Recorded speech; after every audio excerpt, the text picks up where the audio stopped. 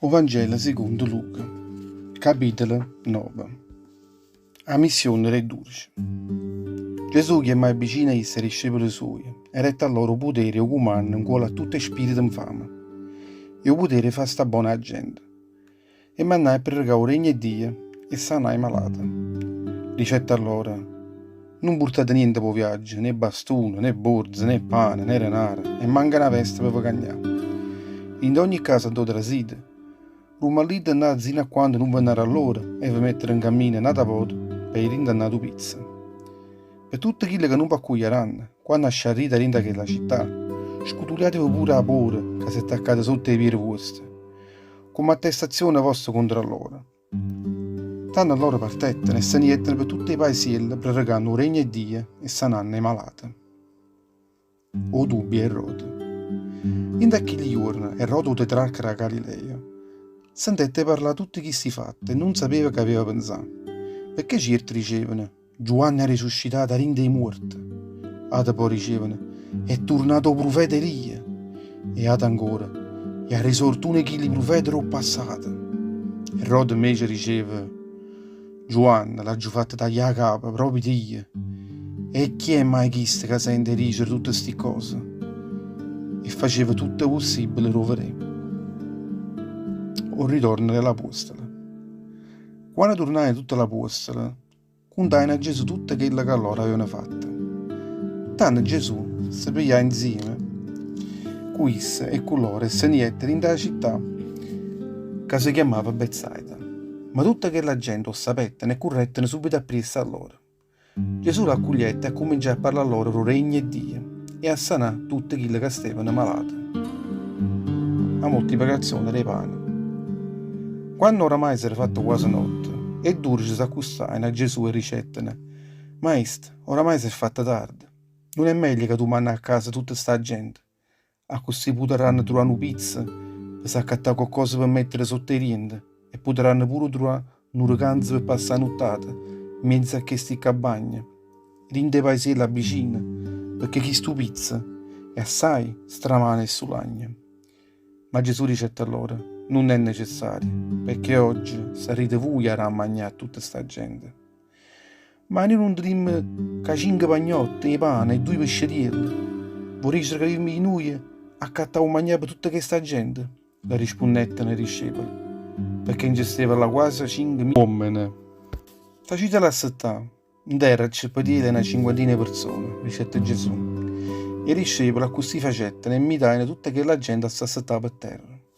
Tanto Gesù pigliai chili 5 pizze di pane e chili 2 pescetielli, alzai gli occhi suoi in cielo e benedicette, e spezzai e continuai in mano ai discepoli, perché portassero innanzi a tutta quella gente. Tutta gente mangiai e si saziai, rimanettero pure 12 sportichine e tutte quelle pane che era superchiate. A fede pietre.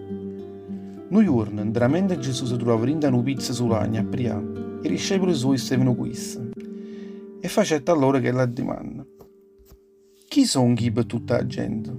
E loro rispondettero dicendo: per certo tu sei Giovanni Battista, per certo o profeta Elia, e per certo uno che li profeti erano passati, che è risorto dai morti. Ma voi che ne pensate di me? A dimandare a loro Gesù. E Pietro, piena la parola, rispondette: tu sei o Cristo e Dio. E tanto, isse comandai a loro con forza e non fa sapere sta cosa a tutta la gente. Prima annuncia la passione. O figlio dell'uomo, dicette poi Gesù, avverrà male patè assai, sarà insultato a tutte le capi del popolo, a tutte le capi dei preti e a tutte le maestre della legge, che lo metteranno a morte, ma risorgerà il terzo giorno. E condizione per seguire a Gesù. E a tutti i discepoli suoi diceva: se uno vuole venire da me, non pensasse che io essa stessa. Pigliasse la croce sua ogni giorno e venisse appresso a me. Chi pensa solo a salvare la vita sua, la perderà. Chi invece è pronto a perdere la vita sua per me, la salverà. Che profitto potrà avere un uomo, pure se guadagnasse il mondo sana, e poi però perdesse la vita sua e rovinasse a se stessa? Se uno si piglia la scuola in me, e tutte parole mie, pure figlio dell'uomo si piglierà scorne issa, quando tornerà un'altra volta rinda rolia soia. Rinda rolia, ropata soia, attorniata che gli angeli santi. Io vi posso assicurare che certi che campo da mo, in questa terra, non moriranno prima per il regno di Dio in mezzo a loro. La trasfigurazione Gesù. Era passato quasi 8 giorni a tutte queste riscorse, quando Gesù pigliava insieme con queste pietre Giacomo e Giovanni e saiette in coppa al mondo per pregare. E l'angoppa per tramente, essa brillava, si trasfigurava innanzi a loro. La faccia sua cagnai colore, e le vesti sue diventavano bianche come la luce. Andrà sat 2 uomini accomparettano vicino a essa, arravogliati rinda uno sbrannore celeste, e si mettettero a parlare insieme con essa. Erano Mosè e Elia, che parlavano insieme con essa, proprio della fine della vita sua, che avrebbe portato a fanatura rinda la città di Gerusalemme.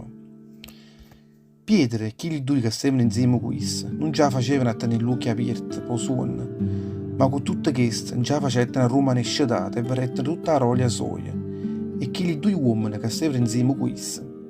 Mentre che le due si stavano arrasando a essa, Pietro dicette a Gesù: Maestro, com'è bello per noi a staccare, perché non facciamo qua 3 tende, una per te, una per Mosè e una per Elia. Parlava così perché non sapeva manco quello che aveva scia a bocca. Petramente diceva che queste cose andrà satta venette una nuvola che ravuglia rinda all'ombra sua tutte e 3. Trasende rinda a quella nuvola si pigliava una paura.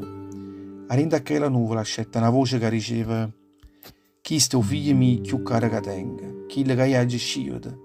Sentite buono tutto quello che essa vi ricerrà.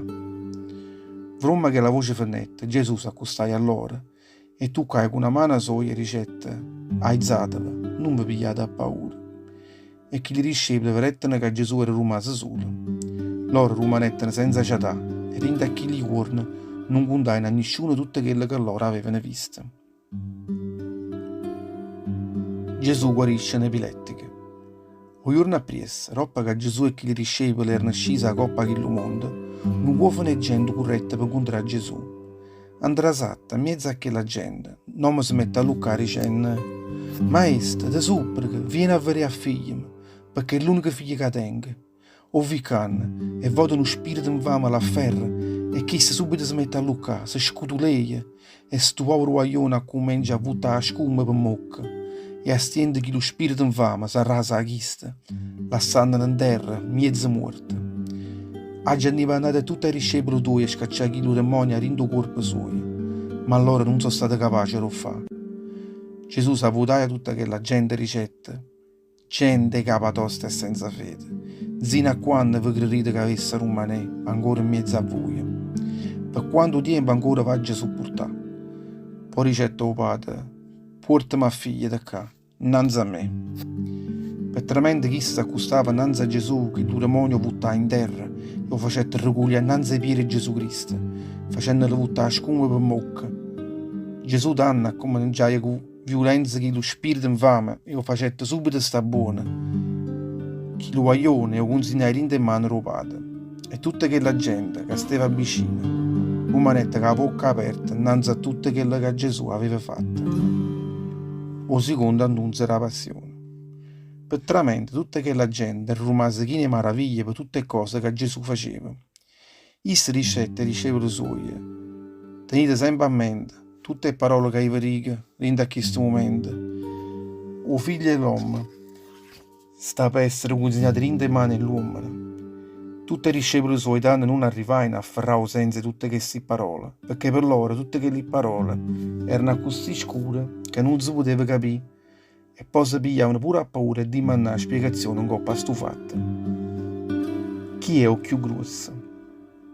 Petramente tutte e due ci stavano tornando a casa, nascette una questione in mezzo a loro, per vedere chi fosse il più grosso fra loro. E tanto Gesù, che conosceva buono tutto quello che stava in cuore loro, afferrai una creatura, si mettette vicino e dicette a loro: chi accoglie una creatura come a chi sta a nome mio, accoglie a me, e chi accoglie a me, accoglie pure a chi che mi ha mandato. Perché chi in mezzo a voi sarà capace e si fa più piccerilla, chi sarà più grossa? O nome è Gesù.